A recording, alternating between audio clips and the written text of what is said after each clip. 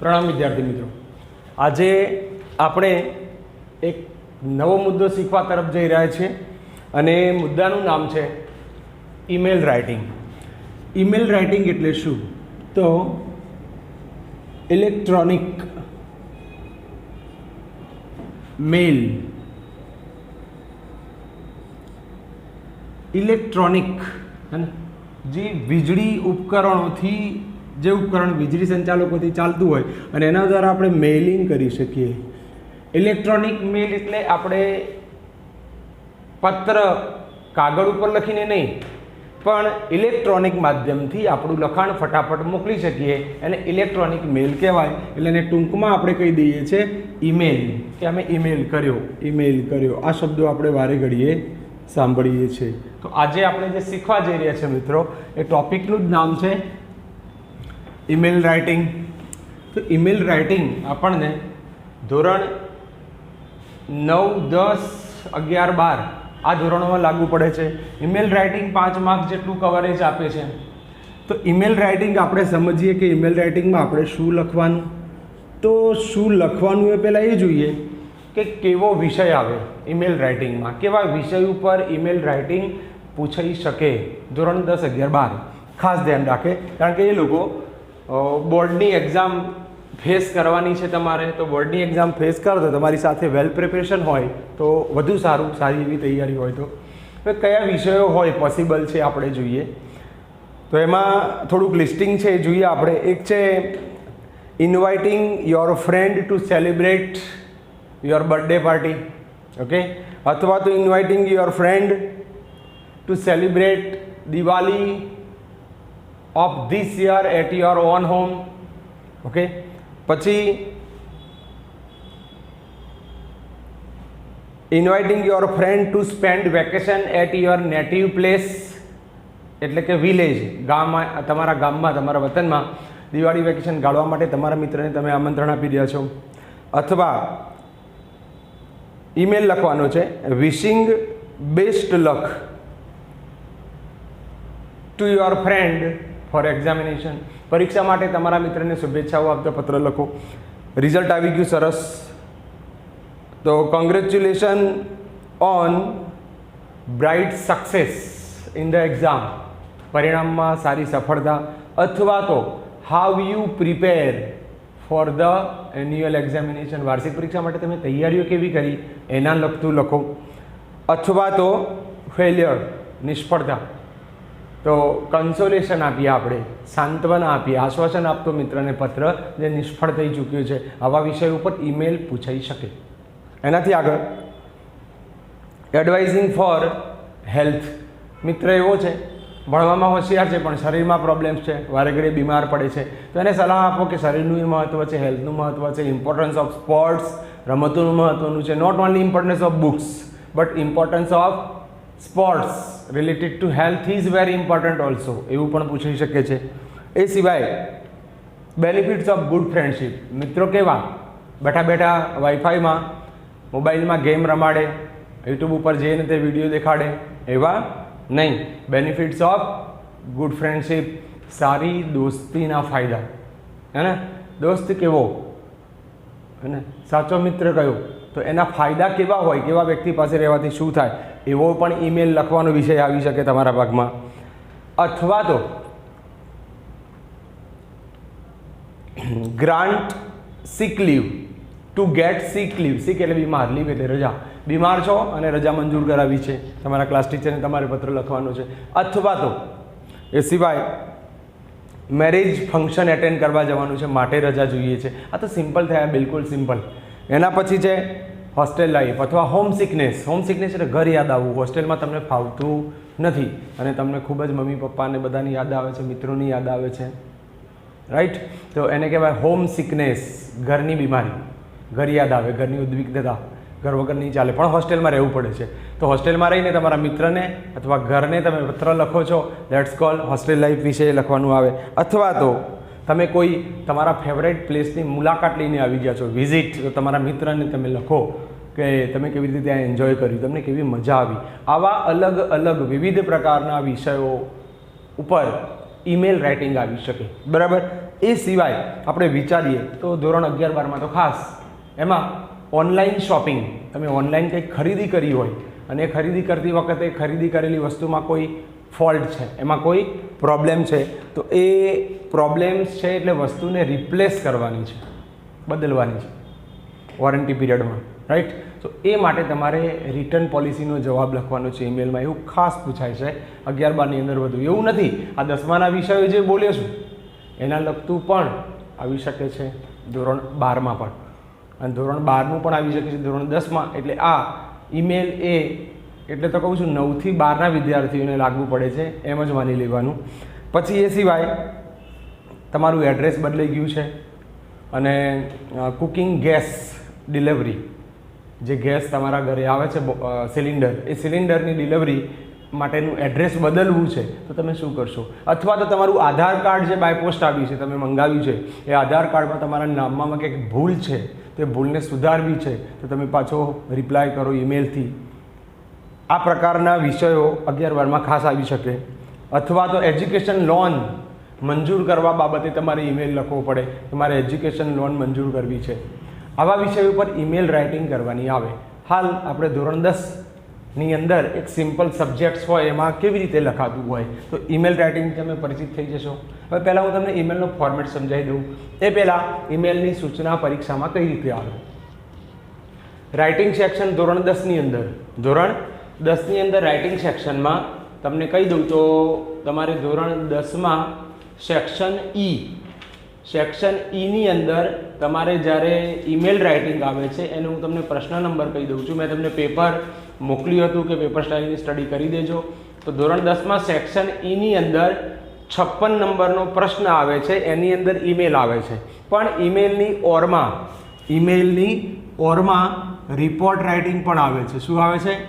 Report writing. હવે મિત્રો બંને શીખવું પડે આપણને. એવું નથી કે આપણે પરીક્ષાલક્ષી જ અભ્યાસ કરવાનો છે, આપણે ધરાઈને બધું શીખીશું. રિપોર્ટિંગ કરવાનું છે, કોઈ ઘટના બને એના વિશે રિપોર્ટ રાઇટિંગ, બેમાંથી એક લખો.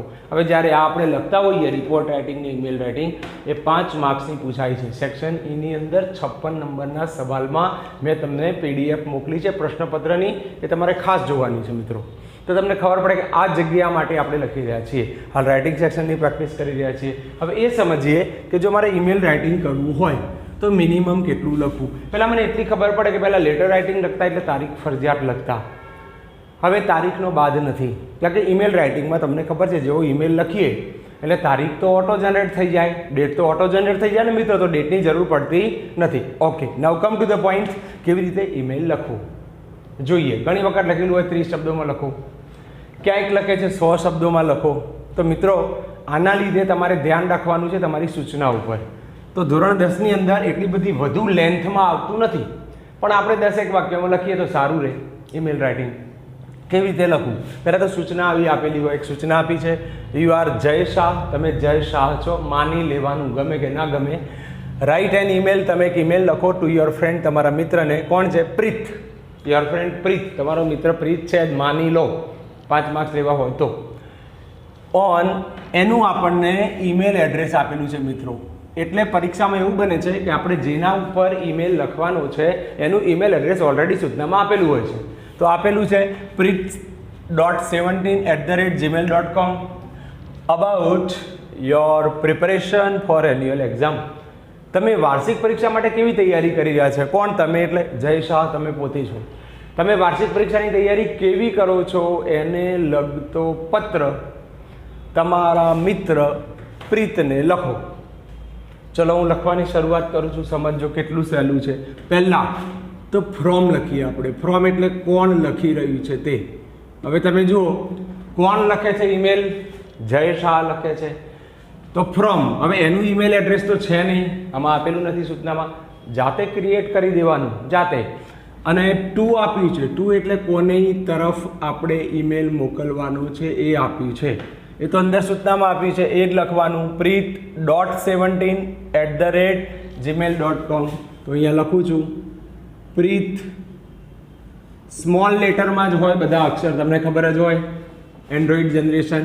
preet.17@ gmail.com. બરાબર છે મિત્રો. ફ્રોમ બાકી રહી ગયું ને, તો ફ્રોમ બાકી રહેતું હોય તો જાતે ક્રિએટ કરવાનું છે જય શાહનું. તો શું કરી નાખીશું આપણે, જય શાહ 18@gmail.com. બરાબર છે. હવે આજે મેં બનાવ્યું, તમારી પાસે આવું કોરું બોર્ડ નહીં હોય, તમારી પાસે લાઇનિંગ વાળું પેજ છે, તો શું કરો, જ્યારે તમે આ લખો તો એને એક બોક્સમાં લઈ લો. સારું લાગે. બોક્સમાં નહીં મૂકો તો કંઈ માર્ક્સ કપાઈ જશે એવું નથી, પણ મૂકશો તો થોડું ડિફરન્ટ લાગે. આપણે કોનું, ફ્રોમ જાતે બનાવ્યું. આપણે ફ્રોમ જાતે બનાવવાનું છે. જેનું નામ આપ્યું છે એના નામનું બનાવી દેવાનું. અંદર નામ આપ્યું હોય સૂચના પર તો આપણું નામ મૂકવાનું નથી. ટુ, તો ટુ એટલે જેની તરફ આપણે ઈમેલ મોકલવાનો છે એ વ્યક્તિનું ઈમેલ એડ્રેસ અહીંયા લખો. સૂચનામાં આપેલું હોય તો એ જ લખવાનું છે, સહેજ પણ ફેરફાર વગર. પણ સૂચનામાં નથી આપ્યું તો ક્રિએટ યોર સેલ્ફ, તમારી જાતે બનાવી દો. એ પણ સૂચના ધ્યાનપૂર્વક 2 વાર વાંચી લેવાની, 3 વાર વાંચી લેવાની ઈમેલ ડિઝાઇન કરતાં પહેલાં, જેનાથી ખબર પડે કે અંદર આપ્યું છે કે નહીં. ચલો, આ 2 લખાઈ ગયું, ફ્રોમ અને ટુ. એના પછી શું કરવું, તો ફ્રોમ અને ટુ પછી આપણે લખીએ સબ્જેક્ટ. What is subject? વિષય. તમે ઈમેલ શું કરવા લખો છો? મને વિષય શું અપાયો છે? Your preparation for annual examination information. બરાબર. તો લખી શકીએ my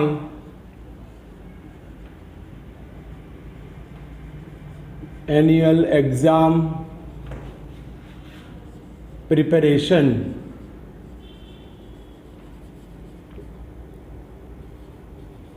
મારી વાર્ષિક પરીક્ષાની તૈયારી. ઓકે, લખાઈ ગયું. આટલી 3 વસ્તુ ફરજિયાત છે. હવે શું કરવું, તો જેમ પત્ર લખતા હતા ને પહેલાં એ રીતે લખવાનું શરૂ. તો ફ્રેન્ડ છે તો અહીંયા આપણે સંબોધન લખતા હોઈએ છીએ જનરલી ડિયર અને રિસ્પેક્ટેડ. હવે આ તો મિત્ર છે તો ડિયર લખીશું તો ચાલશે. Dear friend. કોણ છે ફ્રેન્ડ? કોણ કોને લખ્યું છે? જય પ્રીતને લખ્યું છે. ડિયર ફ્રેન્ડ પ્રીત. અલ્પ વિરામ. હવે પેરેગ્રાફ પાડીને મારે જે લખવું છે લખવાનું ચાલુ કરું છું. Hope you are fine.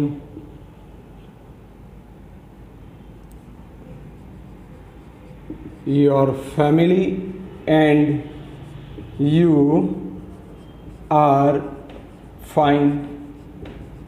આશા રાખું કે તારું કુટુંબ અને તું બધા મજામાં હશો. બરાબર. I am writing, double T કરવાની જરૂર નથી. I am writing this email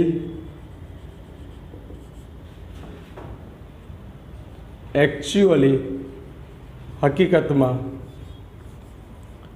to inform એટલે જાણ કરવી. To inform you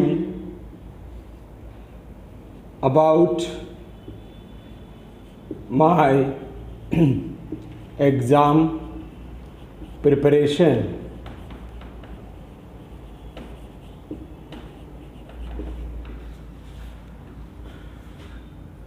I have already prepared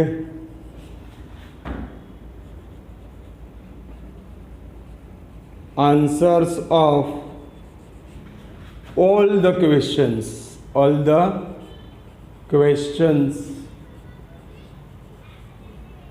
of all subjects.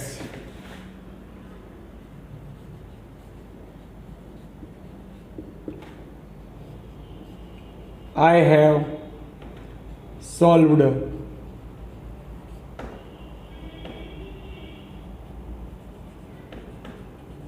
minimum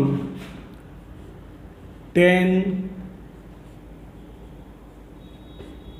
question papers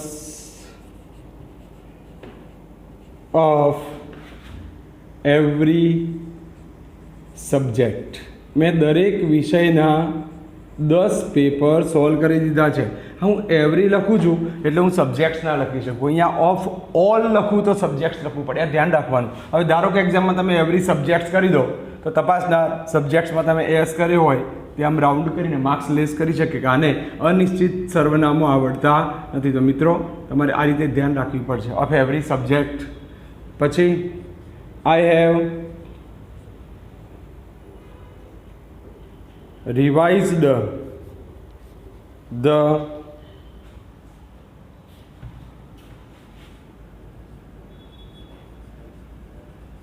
syllabus for 2 times.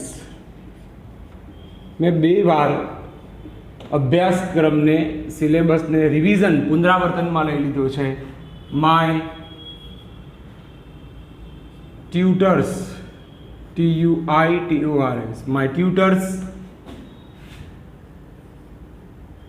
give me tests. મારા tutors જે હું ટ્યુશનમાં જાઉં છું એ લોકો, my tutors give me test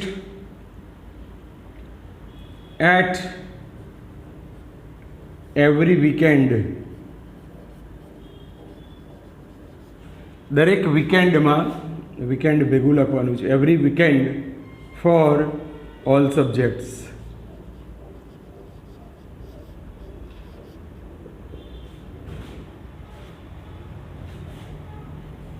in practical subjects, in practical subject like maths,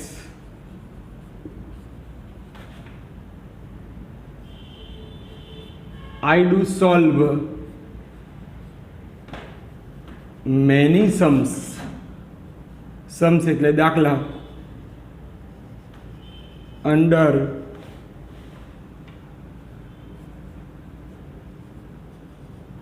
observation of my parents and teachers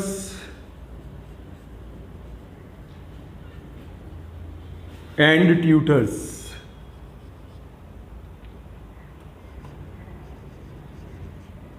હવે મિત્રો જે આ જે વસ્તુ થઈ રહી છે આમાં તમે ધારો ને એ પ્રમાણેના અલગ અલગ અલગ બનાવી શકો છો, વાક્યો અંદર એડ કરી શકો છો. હજુ તમે એક્ઝામ માટે પ્રિપરેશન શું કરો છો તો આઈ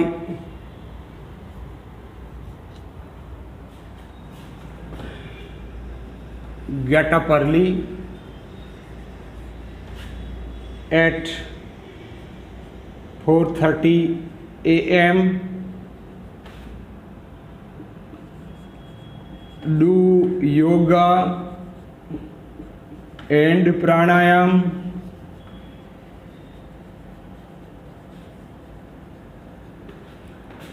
and then અને પછી ફોલો અનુસરું છું સ્ટ્રિક્ટલી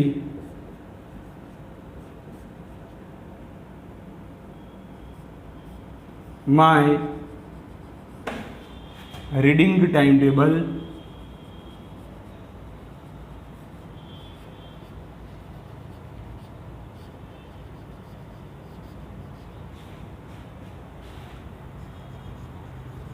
my family members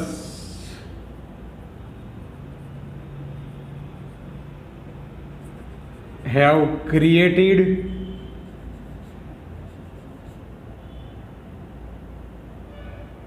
એટલે ઊભું કરવું sir, have created proper atmosphere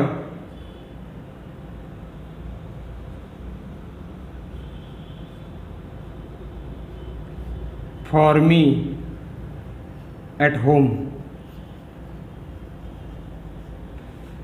ઘરે મારા કુટુંબના સભ્યોએ મારા માટે વાંચવા લાયક યોગ્ય વાતાવરણ સર્જ્યું છે જેનાથી મને કોઈ તકલીફ પડતી નથી. Now I need your best વિશીસ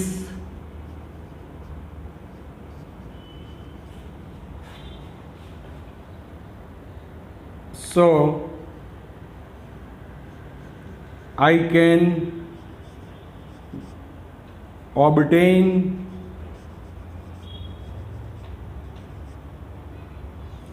FLYING.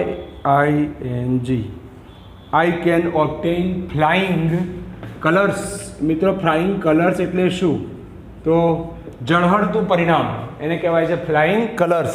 Your best wishes so I can get અથવા so that I can obtain flying colours. છેલ્લે હવે ક્લોઝિંગ કરી રહ્યા છીએ આપણે, તો એવું લખીએ કે કન્વે, છેલ્લું વાક્ય છે, મારી પાસે જગ્યા સીમિત છે, convey my regards to your parents and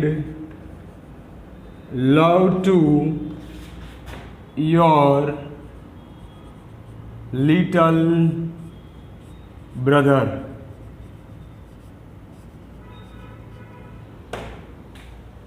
તારા મમ્મી પપ્પાને મારા પ્રણામ પાઠવજે અને તારા નાના ભાઈને મારો પ્રેમ. હવે આ પૂરો થઈ ગયો, મેં ક્લોઝ કરી દીધો. હવે અહીંયા આ જગ્યાએ મારે જે લખવું છે, અહીંયા આ જગ્યા ત્યાં મારે શું લખી દેવું? તો કોણ લખનાર છે? જય શાહ. તો અહીંયા હું માત્ર મિત્રો આટલો શબ્દ લખું છું, કયો? એક જ, યોર્સ. યોર્સ કરીને અલ્પવિરામ કરી દઉં છું, યોર્સ અને અલ્પવિરામ. અલ્પવિરામ પછી જય શાહ છે એનું એ નામ લખી દઉં છું, જગ્યાના અભાવે નાનું લખું છું, જય શાહ. યોર્સ પછી અલ્પવિરામ ભૂલવાનું નથી, યોર્સ અને અલ્પવિરામ, જય શાહ. ફિનિશ. આટલો સરળ છે ઈમેલ રાઇટિંગ. સમજાય છે તમને? હવે આની અંદર વિષય બદલી નાખવો હોય તો બદલી દેવાય, ગમે તે સૂચનાઓમાં વિષય બદલેલ આપણે નવું નવું લખી શકીએ છીએ. મિત્રો આ છે આપણી ઈમેલ રાઇટિંગ. કોઈ પણ વિષય આવે, કોઈ પણ વિષય, એના વિશે જાતે વાક્યો બનાવી અને અંદર ઉમેરો એટલે ઓટોમેટિક બનશે. આ તમને મારા બોર્ડની લેન્થના લીધે નાનો લાગશે, પણ જ્યારે તમે લખશો તો આ 10 વાક્ય તો મિનિમમ થઈ ગયા હશે. તો આટલી લેન્થમાં 10મા ધોરણમાં મિનિમમ લખવું છે. ધોરણ 11-12, ધોરણ 11ની અંદર આવા સબ્જેક્ટ્સ જ પૂછાતા હોય છે વધુમાં, પણ ધોરણ 12 અને 11ની અંદર ઇલેક્ટ્રોનિક આઇટમ અથવા તો કંઈક વસ્તુ તમે ઓનલાઈન ખરીદી કરી છે અને એમાં પ્રોબ્લેમ્સ ઊભો થઈ રહ્યો છે, ત્યારે એ પ્રોબ્લેમને કઈ રીતે સોલ્વ કરવો, ફરીથી ઈમેલ લખવો, રિકનેક્ટ થવું એ કંપની સાથે અને પોતાના પ્રોબ્લેમનું સોર્ટ આઉટ કાઢવું, એના વિષય ઉપર ખાસ પૂછાતા હોય છે. તો ધોરણ 10ના વિદ્યાર્થીઓ, આઈ હોપ આમાં તમને ખબર પડી હશે. હજુ પણ આપણે પ્રેક્ટિસ કરશું વધુ ને વધુ, પણ હાલ પૂરતું ફરીથી કહી દઉં છું કેટલું લખવાનું છે ફોર્મેટમાં. મિનિમમ ફ્રોમ જાતે ક્રિએટ કરવાનું છે. ટુ એટલે ઈમેલ એડ્રેસ આપણને સૂચનામાં આપેલું છે એવું ને એવું જ ત્યાં લખવાનું છે. ઈમેલ એડ્રેસમાં ક્યારેય પહેલો અક્ષર કેપિટલ હોતો નથી. તારીખ લખવી આમાં ફરજિયાત નથી.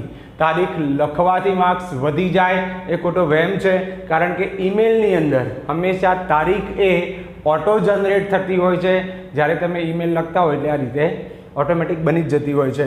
સબ્જેક્ટ તમારે લખવો પડે, કયો વિષય ઉપર તમે ઈમેલ લખી રહ્યા છો એ, પછી કોને ઈમેલ લખી રહ્યા છો તો એને સંબોધન લખવું પડે. આપણાથી મોટા છે તો આપણે એમને ડિયર ના લખીએ. આપણો કુટુંબનું સભ્ય છે, મમ્મી પપ્પાને ડિયર લખીએ તો ચાલશે મિત્રો, પણ કોઈ સર જોડે કે એવી રીતે રજા માગવા માટે કંઈક લખી રહ્યા છે આવું છે તો ડિયર ના ચાલે. ત્યાં શું લખવું પડે? ડિયરના બદલે રિસ્પેક્ટેડ લખવું પડે. તો મિત્રો આ રીતે હું તમને અમુક ફોર્મેટ્સ મોકલાવીશ કે જેના આધારે તમે ઈમેલની સ્ટડી કરી શકો. અને જો ઈમેલની હજુ પણ તમને જરૂર હોય કે ના સર આ રીતે કરો તો આપણે હજુ પણ બીજી પ્રેક્ટિસ કરીશું, પણ હાલ એક્ઝામ પૂરતું આ રીતે અટકવું પડે આપણે કે આ રીતે ઈમેલ પૂછાતો હોય છે. ડિયર કર્યું એ સંબોધન છે, એવી રીતે રિસ્પેક્ટેડ પણ કરી શકે. ઈમેલ પૂરો થયા પછી આ યોર્સ અલ્પવિરામ કરી અને જે ઈમેલ લખનાર છે, મોકલનાર, સેન્ડર્સ નહીં, મોકલનારનું નામ તમે ત્યાં લખી શકો છો. આનો મતલબ એક જ છે કે બે પ્રકારના ઈમેલ રાઇટિંગના સબ્જેક્ટ હોય છે. એક છે ઇનફોર્મલ અને બીજો છે ફોર્મલ. ઇનફોર્મલની અંદર શું ને ફોર્મલ, અનૌપચારિક અને ઔપચારિક. ઇનફોર્મલ એટલે 10મા ધોરણમાં કેવા નોર્મલ દોસ્તીમાં ગમે તે કે ચલો મારા ઘરે આવી જાઓ. આપણે કહીએ હવે જે કંપની છે, કોઈ પણ સેમસંગ છે તો એના મેનેજરને આપણા ઘરે દિવાળીનું સેલિબ્રેશન કરવા માટે ના લખવાનું હોય ચલો મારા ઘરે આવજો ફટાકડા ફોડીશું. આ બધું તે ફોર્માલિટી છે, ઔપચારિકતા, એક રૂલ હોય. પ્રિન્સિપાલ સર સાથે એક નિયમથી વાતચીત થતી હોય, કંપનીના મેનેજર સાથે બાય રૂલ વાત થતી હોય, એના બધાને ફોર્માલિટી કહેવાય, ફોર્મલ. જ્યારે ધોરણ 10ની અંદર અને ધોરણ 11ની અંદર મોટાભાગે ઇનફોર્મલ આવતા હોય છે. ધોરણ 11ની અંદર બંને આવી શકે, ફોર્મલ અને ઇનફોર્મલ. બાકી ધોરણ 10માં ઇનફોર્મલ સબ્જેક્ટ ઉપર આવે. ઇનફોર્મલ એટલે અનૌપચારિક, એકદમ રૂટીન લાઈફ, આપણી રોજબરોજની જિંદગીના લગતા વિષયને લઈ અને ઈમેલ રાઇટિંગ આવી શકે છે મિત્રો. તો આ થઈ આપણી ઈમેલ રાઇટિંગ 1. આપણે બીજા ઈમેલ રાઇટિંગમાં પણ મળીશું. તો ઈમેલ રાઇટિંગનો સારી રીતે અભ્યાસ કરજો. કોઈ તકલીફ પડે તો ચોક્કસ તમે કોલ કરીને પૂછી શકો છો. ઘણી વખતે તારીખ લખેલી જોવા મળે છે તમને અહીંયા, ફ્રોમ ટુ ને નીચે ડેટ લખી હોય, તારીખ.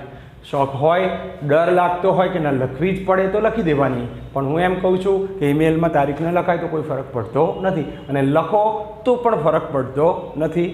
તો આઈ હોપ આમાં એક ખબર પડી છે. મેં તમને વિષયો પહેલાં ચર્ચા કરીને કયા કે આવા વિષયો જે કંઈ મેં વિષયો કીધા એ બધા કેવા હતા, ઇનફોર્મલ, અનૌપચારિક વિષયો ઉપર આપણને ઈમેલ રાઇટિંગ આવી શકતી હોય છે. તો મિત્રો મળીએ નવા વિડીયોમાં નવા મુદ્દા સાથે.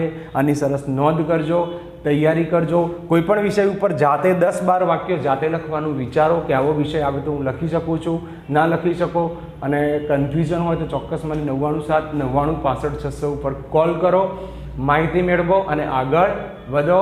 Keep it up, stay home, stay safe, work from home. Thank you. પ્રણામ.